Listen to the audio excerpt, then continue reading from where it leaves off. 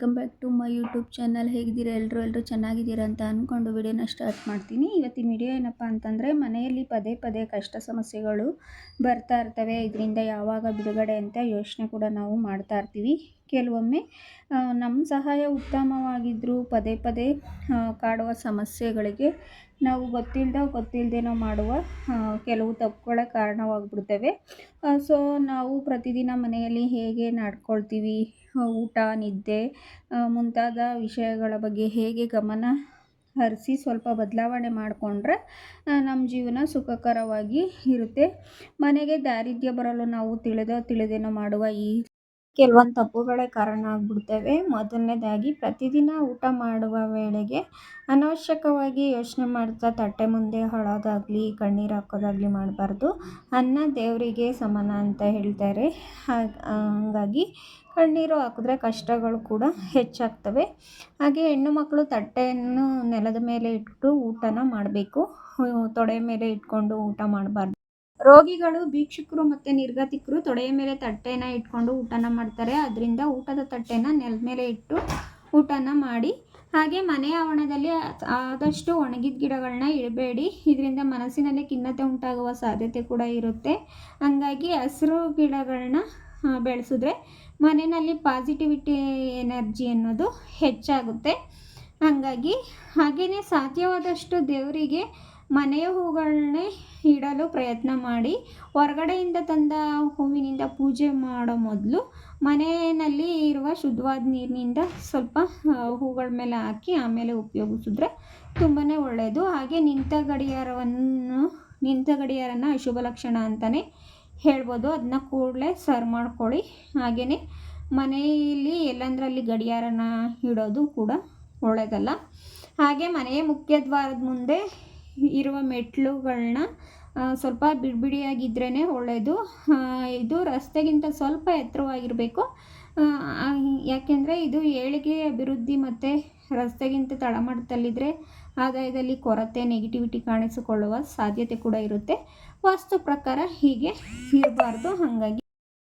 ಹಾಗೆಯೇ ಮನೆಯಲ್ಲಿ ಹಿರಿಯರಿಗೆ ಮತ್ತು ತಂದೆ ತಾಯಿಯರಿಗೆ ಕಾಲ್ಮುಟ್ಟಿ ನಮಸ್ಕಾರ ಮಾಡುವ ಪದ್ಧತಿನ ಮಕ್ಕಳಲ್ಲಿ ಬೆಳೆಸಬೇಕು. ಹೆತ್ತವರಿಗೆ ಇದರ ಅವಶ್ಯಕತೆ ಇಲ್ಲದೇ ಇರ್ಬೋದು, ಆದರೆ ಹೆತ್ತವರ ಆಶೀರ್ವಾದ ಮಕ್ಕಳನ್ನು ರಕ್ಷಿಸೋದಕ್ಕೆ ಇದು ಇರಲೇಬೇಕಲ್ವಾ. ಹಾಗಾಗಿ ದೇವರ ಕೋಣೆಯಲ್ಲಿ ಒಂಟಿ ದೀಪನ ಉರಿಸ್ಬಾರ್ದು. ಸಣ್ಣ ದೀಪವಾದ್ರೂ ಇಡಬೇಕು, ಇಲ್ಲಾಂದರೆ 2 ದೀಪಗಳನ್ನ ಇಡಬೇಕು.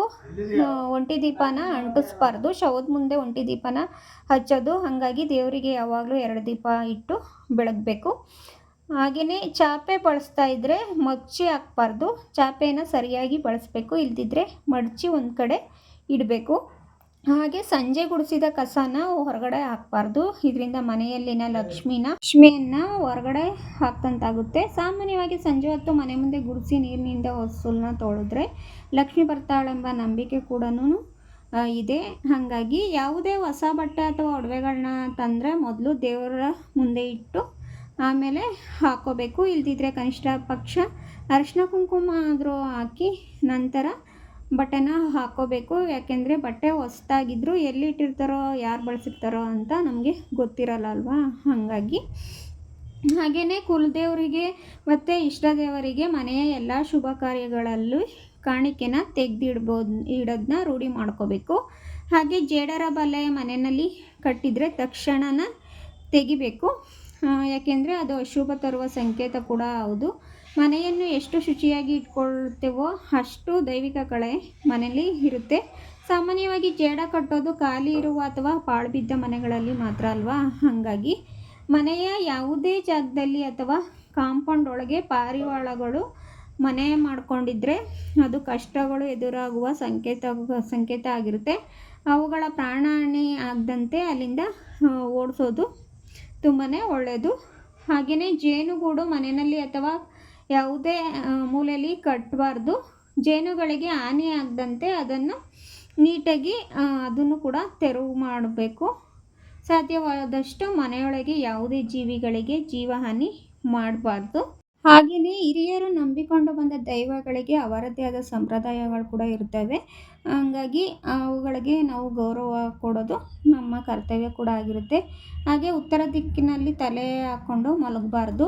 ದಕ್ಷಿಣ ದಿಕ್ಕಿಗೆ ಮುಖ ಮಾಡಿ ಯಾವಾಗ್ಲೂ ಕುತ್ಕೊಳ್ಳಬಾರ್ದು. ಹಾಗೆ ಬರನೆಲದಲ್ಲಿ ಮಲಗೋದಾಗಲಿ, ಹಾಗೆ ಹರಿದೋಗಿರೋ ಬಟ್ಟೆಗಳನ್ನ ಹಾಕ್ಕೊಳ್ಳೋದು, ಇದು ಕೂಡ ದಾರಿದ್ರ್ಯದ ಲಕ್ಷಣಗಳೇ ಅಂತಲೇ ಹೇಳ್ಬೋದು. ಹಾಗೆಯೇ ಪ್ರತಿದಿನ ಬೆಳಗ್ಗೆ ಮತ್ತು ಸಂಜೆ ಸಂಧ್ಯಾಕಾಲದಲ್ಲಿ ದೇವರಿಗೆ ದೀಪ ಬೆಳಗೋದನ್ನ ರೂಢಿ ಮಾಡ್ಕೋಬೇಕು. ಇದರಿಂದ ಮನೆಯಲ್ಲಿ ಸಾತ್ವಿಕ ವಾತಾವರಣ ಕೂಡ ಹೆಚ್ಚಾಗುತ್ತೆ ಅಂತಲೇ ಹೇಳ್ಬೋದು. ಹಾಗೆ ಆಗ್ನೇಯ ದಿಕ್ಕಿನಲ್ಲಿ ಅಂದರೆ ದಕ್ಷಿಣ ಮತ್ತು ಪೂರ್ವದ ಮಧ್ಯದ ದಿಕ್ಕಿನಲ್ಲಿ ಅಡುಗೆ ಮನೆ ಇರಬೇಕು. ಒಂದು ವೇಳೆ ಅದು ಇಲ್ಲ ಅಂತಂದರೆ ನಿಮ್ಮ ಅಡುಗೆ ಮನೆಯ ಆಗ್ನೇಯ ದಿಕ್ಕಿನಲ್ಲಿ ಗ್ಯಾಸ್ ಸ್ಟವನ್ನಾದರೂ ಇಡಬೇಕು. ಅಡುಗೆ ಮನೆಯಲ್ಲಿ ಔಷಧಗಳನ್ನ ಇಡಬಾರ್ದು. ಇದರಿಂದ ಮನೆಯಲ್ಲಿ ನೆಗೆಟಿವಿಟಿ ಎನರ್ಜಿ ಅನ್ನೋದು ಜಾಸ್ತಿ ಆಗುತ್ತೆ. ಹಾಗೆ ನಾವು ಊಟನ ಮಾಡಿದ ನಂತರ ಎಂಜಲು ಮುಸ್ರೆಗಳನ್ನ ಜಾಸ್ತಿ ಕಾಲ ಇಡಬಾರ್ದು. ಊಟ ಮಾಡಿದ ನಂತರ ತಟ್ಟೆಯಲ್ಲಿ ನೀರು ಹಾಕಿ ಇಡಬೇಕು. ತಟ್ಟೆ ಮತ್ತು ಪಾತ್ರೆಗಳನ್ನ ಒಣಗೋದಕ್ಕೆ ಬಿಡಬಾರ್ದು. ಊಟದ ನಂತರ ಮತ್ತು ಕೂಡಲೇ ಕೈ ತೊಳಿಬೇಕು ತಕ್ಷಣ. ಕೈ ಕೂಡ ಒಣಗದಂತೆ ನೋಡ್ಕೋಬೇಕು. ಊಟದ ನಂತರ ನೆಲದ ಮೇಲೆ ಬಿದ್ದ ಎಂಜಲನ್ನು ಮತ್ತು ತಟ್ಟೆಯಲ್ಲಿನ ಹಾಕಬಾರ್ದು. ಹಾಗೆ ನಾವು ಕೋಣೆಯಲ್ಲೂ ಕನ್ನಡಿ ಇಟ್ಕೋಬೇಡಿ. ಒಂದು ವೇಳೆ ಕನ್ನಡಿ ತೆಗಿಯೋಕ್ಕೆ ನಮ್ಮ ಕೈಲಿ ಆಗಲ್ಲ ಅಂತ ಅಂದರೆ ರಾತ್ರಿ ಸಮಯದಲ್ಲಿ ನಮ್ಮ ಮುಖನ ಕಾಣದಂತೆ ಕನ್ನಡಿಯನ್ನು ಬಟ್ಟೆಯಿಂದ ಮುಚ್ಚಬೇಕು. ರಾತ್ರಿ ಹೊತ್ತಲ್ಲಿ ಕನ್ನಡಿ ನೋಡುವುದು ಒಳ್ಳೆಯದಲ್ಲ. ಬೆಳಗ್ಗೆ ಎದ್ದ ಕೂಡಲೇ ಮುಖ ತೊಳೆದೇ ಮತ್ತು ನಿಮ್ಮ ಮುಖವನ್ನು ಕನ್ನಡಿಯಲ್ಲಿ ನೋಡ್ಕೋಬೇಡಿ.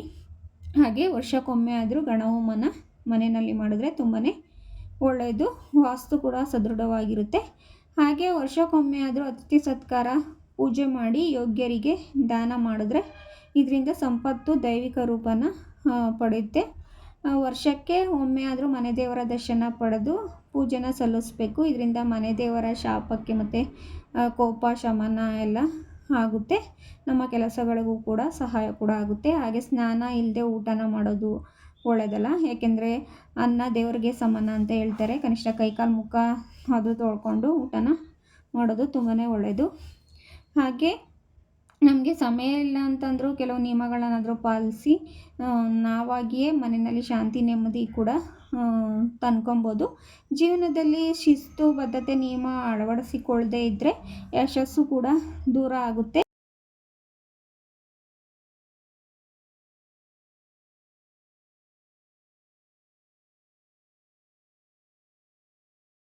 ದಾನ ಮಾಡುವಾಗ ಯಾವಾಗಲೂ ಯೋಗ್ಯರಿಗೆ ಮಾತ್ರ ನೀಡಬೇಕು. ಅಪಾತ್ರರಿಗೆ ನೀಡಿದ್ರೆ ದಾನ ಒಳ್ಳೆಯದಲ್ಲ. ನಿಜವಾಗ್ಲೂ ಕಷ್ಟದಲ್ಲಿ ಇದ್ದವ್ರಿಗೆ ದಾನ ಮಾಡಿದ್ರೆ ಅದರಿಂದ ಸಾರ್ಥಕ ಕೂಡ ಆಗುತ್ತೆ. ಈ ರೀತಿ ಕೆಲವೊಂದು ತಪ್ಪುಗಳನ್ನ ನಾವು ಆಗದಂತೆ ನೋಡಿಕೊಂಡ್ರೆ ನಮ್ಮ ಮನೆಯಲ್ಲಿ ಲಕ್ಷ್ಮಿ ಶಾಶ್ವತವಾಗಿ ನೆಲೆಸ್ತಾಳೆ ಅಂತ ಹೇಳ್ತಾ ಇವತ್ತಿನ ವಿಡಿಯೋ ಇದಾಗಿರುತ್ತೆ. ನನ್ನ ವಿಡಿಯೋ ಇಷ್ಟ ಆದರೆ ದಯವಿಟ್ಟು ಲೈಕ್ ಮಾಡಿ, ಶೇರ್ ಮಾಡಿ, ಸಬ್ಸ್ಕ್ರೈಬ್ ಮಾಡಿ.